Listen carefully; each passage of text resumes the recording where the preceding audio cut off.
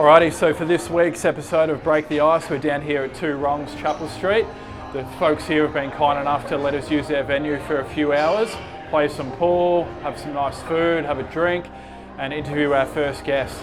Today we're joined by the one and only Ben Crocker from the Collingwood Football Club. He's going to be talking about everything from his family life to his football career and everything in between. It's going to be fantastic, so let's go inside and get started.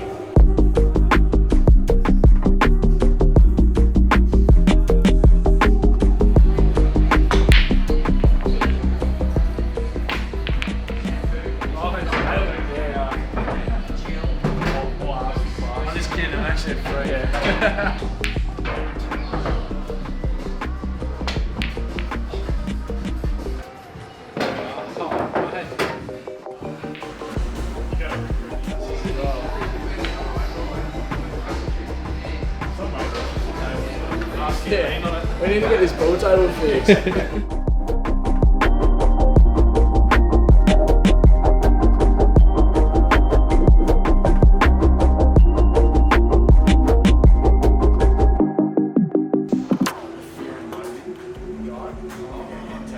Alrighty, so I just want to welcome everyone to this week's episode of Break the Ice.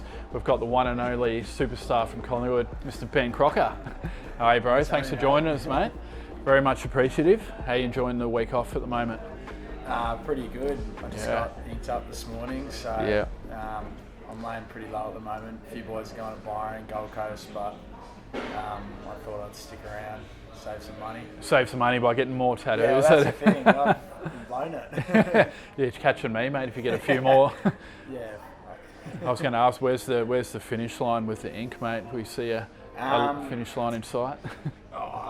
I've said to my mum that I won't do my hands on my neck, but I reckon I've seen you. I'm kind of want to do something on the back of my neck, but I'm kind of like, I like that look where if I was wearing a suit, you probably would know that I had tattoos. So I like that kind of surprise factor about it. Yeah, I had that for a little while, and I just ran out of room. And my mum promised me, she said, "Don't ever get your throat, don't ever get your neck." I mean, I've come pretty close, and then she didn't technically say the back of the neck, so I thought I could sneak that one in. That's what I'm trying to say. The back of the neck's alright, but I think she means both sides. Yeah, that's it. I guess it's one of those things that's out of our control, as you know. Once you start getting them, there's no finish line.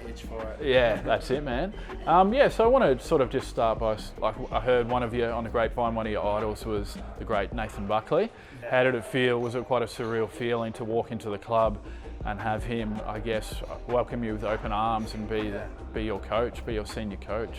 Yeah, so I used to love him when I was younger. Like he has like quite a scary aura. Like, you know, when he walks down the corridors, he probably doesn't want me saying this, but he's pretty intimidating. Yeah. And I think initially it was like that. It was kind of that awkwardness. You don't really know what to say, but his development as a coach from when I've started to where he is now he's grown so much as a person. He's like general care for the players is so evident. He's so good with personal family issues, and he's also a freak in terms of what he knows footy-wise. Like, I've never met anyone as obsessive with footy as him. There's no reason why we didn't make the grand last year. He knows his stuff. And like, you even speak to boys like Beamsy, who had him in 2010, and like Beamsy, when he came back, was so shocked at how much he'd grown as a coach, but more so as a person. But yeah, I get along with him really well.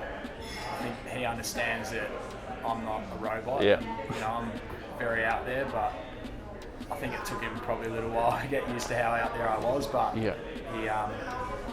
welcomes me with open arms now. He embraces all the people that are different. That's right. And what was do you remember back to your debut? What was your role as more of a half forward flanker, and what was the feeling like running out against Carlton, I believe, in your first match, you know, in front of 80,000 people? I guess it's a dream come true for a Collingwood supporter to play in those big clashes. What did it mean to you and to your family? And I guess, what was that feeling like being on the ground whilst all the action was going on? Yeah, so I probably debuted. I mean, I was in good VFL form, but I probably came in a bit earlier than what I was ready. especially as a forward, like people don't understand being a young forward in the AFL is bloody hard. Like you get limited opportunities, and if you don't maximise them, you might only end up with a handful of disposals per game. But I think I came in for Jamie. I think Billy got injured with a hammy or something like that, and I was driving home, and I remember I was pulling in the driveway, and Nathan Buckley came up on my phone, and I think, shit, what have I done? What have I said? I might have said something, I've done something. But yeah, he said, yeah, you're playing this week. You know, he's saying we think you're ready to come in and make an impact. So yeah, was playing against Carlton. I think it was the 70th anniversary, or it was a milestone game. And yeah, there was about 80,000 people there. And, I was so excited. I texted all my friends, telling everyone, and asking for tickets. And everyone wanted to come. And, I remember rocking up. Like it is a really weird experience for the first time driving under the G. Like I had no idea where to go, what cars that give to people. Driving under and walking into the rooms and stuff, and like you meet the blokes who are on the door and stuff like that. And, yeah, it was pretty cool. Like, I was bloody nervous. That's it. And also, I guess, just to change lanes a little bit, how's that been going? Like with your family, like obviously your biggest supporters, and your father Paul going through what he's going through. If people don't know, maybe you could tell the people listening and watching a little bit about what you've had to deal with as a family and watch your father go through in the last few years. So my dad was diagnosed with early onset dementia. So I came to the club and he was already diagnosed with it. And like initially, like when you're young, like I was 16, 17, 18, I didn't really want anything to do with it. And my relationship with him, especially, was on the rocks because I didn't really fully understand what was going on. And like strangely enough, that my first game is the last game that he's come to. So that's the last game that he's been in the rooms. Last game that I've actually seen him at one of my footy games. So thinking about that type of stuff, it's hard because he'd be absolutely rapt that I'd be playing for Collingwood. Like, he'd be so stoked. But I think the older I'm getting, the better I'm managing it. Like I'm able to talk about it. It's like, don't get me wrong, it's so hard. And like the reality is he's going to die from it. And it's more when you think about, like, when I have kids and stuff that he's not going to be around. But I try and have the mindset of make every moment positive and try and enjoy things. And for people who check my Instagram and stuff, I always put funny videos up and stuff like that, because that's what I want to remember. I don't want to remember all the shitty stuff that's happened. And it's hard on my mum. Like, it's very hard on mum because obviously it's her husband. And, she's like, we all know what the end destination to it's going to be. But I mean, it's also like a massive driving force for me to play well, to play footy, to make him proud. And I know how rapt he'd be with me playing AFL, and especially if he's playing at Collingwood. Absolutely, yeah. And I know, like, from a similar type of experience, my pop went through it, unfortunately, and it's amazing when you think they don't know, they actually still don't know at the end. Like, I had a couple of moments with Pop when it was right near the end of his life where he still had that sparkle in his eyes, and to me that just like warmed my heart, knowing that he was still proud. And I'm sure with your dad, he would still he still knows deep down that you're playing for Collingwood, and he'd be very proud of, I guess, not only like the person you're becoming, but like the maturity you've shown, and you've had the courage to step out of your box and talk about it and broaden this issue, and then that's helping with awareness and ultimately to find that cure for it. I didn't want to do it initially, but I'm so happy I did it, because not only does it help me kind of get through it and grow, I don't have to lie to my teammates. Because at the start I was lying about what was going on, and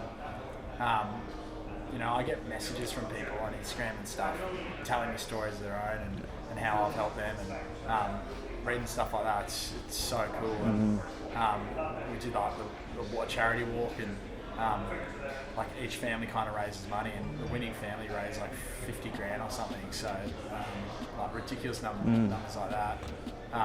It's more like the media getting involved, getting it out that way, because like everyone has a family member that's impacted by it, whether it's a parent or a brother or a sister, or most people it's grants. But whatever I can do to help kind of spread awareness and stuff and raise funds, I'm very happy to. Yeah, I just think you should be so proud of yourself, mate. That's awesome what you're doing, and I'm sure it helps being such a family-orientated club like Collingwood to all get behind you and throw that support through such a tough time for your family. But I really do appreciate you sharing that. It takes a lot of strength, and really thankful you're able to share that side of your personal story and journey. Really good, mate. Alrighty, so I guess I just want to touch on a little bit about the desire that it takes to play league footy, and I guess what you're willing to sacrifice, like whether that be injuries or pushing a body to the absolute extreme and sacrifice partying, going out all the time. I guess want to ask yourself, Croc, like how much does it mean to you, and what would it mean to you to crack into the side and play finals and potentially play in a grand final? I think and I'm the first to admit, like my first 2-3 years, probably first 2 years, I took it for granted, and I did love to go out and party and stuff, and it's cool playing AFL, but there's other stuff that comes with it. But my last 2 years, I even joked to Bucks and a few of the boys, I'm a footy nerd now, and especially because I'm not playing, it's been heightened even more. I'm very obsessive with how I play, I'm obsessive with how I train. I would like to think I'm probably one of the better trainers in the club, and I push myself with pretty much everything I do. And I think for me, I realise that it's going to take that to play. I'm naturally gifted, don't get me wrong, but I'm not as naturally gifted as Geordie and boys like that. So I'm going to have to get the best out of myself to make sure I'm playing well. I think it's just something that's been ingrained in my personality, in the way I train and stuff. So I know there's things I'm going to have to work on, but there's not much I'm not willing to do. It sounds easy, but sacrificing, going out on the weekend, seeing friends, stuff like that. I'm doing that. I'm doing extra training. I'm seeking out older players' advice. I'm watching my tapes with actual players to get hints on stuff. So just stuff like that, I reckon I've really kind of ingrained in my footy kind of life, and I'm seeing improvements. I'm playing well with AFL, so hopefully it transitions to the AFL once I get a call up. That's it, mate. Well, you've given yourself the best opportunity. I'm sure the call up won't be too far away. It's good, mate. We hope so. Yeah, that's it, mate. We can only hope. Alrighty, so we're just going to go inside 50 with Benny Crocker and have some quick fire questions. Going to fire them at you, mate. Just your first thing that comes to mind. Nothing too scary, I hope. I guess I want to ask, at the club, who loves his own reflection the most? Matt Sharonberg. I know it's a very strange dark horse. Yeah, he loves the way he looks. He's not a bad looking fella. No, he's not. But I reckon a few people would be shocked by that. But Sharonberg for sure. He's pretty happy with himself. Good on him. Well, hopefully crack it back into the senior side soon. He's a ripper. Yeah. Absolute gun as well. Beautiful. Which teammate or teammates make you laugh or just make you piss yourself for most of the club? Definitely Geordie to go in, Brayden Maynard. Yeah. I think us three get up to no good. And, I'd like to think that we amuse a fair few people at the club. Yeah. And is this the modern day Rat Pack emerging? Yeah, we've been labelled the Mousies. So I don't think everyone's going to live up to the Rat Pack, the original Rat Pack. We've been called the Mousies. You're doing your best at least. We're doing our best.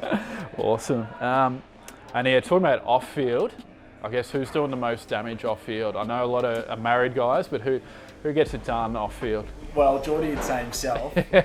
I reckon there's a few little quiet boys. James Ash is a bit of a sneaky one. Yeah. I'd say probably Aishi or Geordie. Yeah, Aishi's a good looking rooster, but he's a rooster. I'm not going to say Geordie because I know he wants me to say. Yeah, that's it. So we'll go with Aishi. We'll lock that one in, Eddie. Beautiful. And speaking about more of the team, who's the coach's pet? Who just absolutely will do anything for Bucks? Bucks' favourite. Adam Treloar. Yeah. It's pretty perfect human, isn't he? Treloar, Tay Adams, close second, or? Yeah, Tay would be up there, but I think Adam Treloar for for sure. Yeah, beautiful. Which player at the club you find has, whether it be in the locker room, has the most annoying or out there habit? There's a few smelly boys. Yeah. I think Tom Phillips could sometimes do with a Rexona can. Flip might be looking for a sponsorship out there if anyone's watching. Rexona want to sponsor him. Want to get on board? Beautiful. And also this year, if you're struggling for a game, have you ever thought about just throwing on their number 11 jersey? Seems like Beamsy, a lot of people out there saying it's your lookalike. Calling brackets Beams. Yeah. He's so fat, he stretches out. So you might have to take it in a little bit. Yeah. It's funny you said that because it's actually ridiculous how many people stuff us up. Yeah. Everyone always calls me Beamsy, even though my tattoos are nothing like his. He's got flames and the Australian flag on him, so all sorts of things. Yeah, look, if I'm struggling that much, I'll give it a go. So it's an angle. It's an angle we could do, mate. We could make it work. Beautiful. Awesome, mate. So that just about wraps it up on Break the Ice. Just want to thank you so much for being so candid and honest, and beat me at pool and at Mario Kart, mate. Having a bad day. Yeah, it is a bad day, but you've made it better, mate. So why not? Thanks for having me. Appreciate it, man. No worries.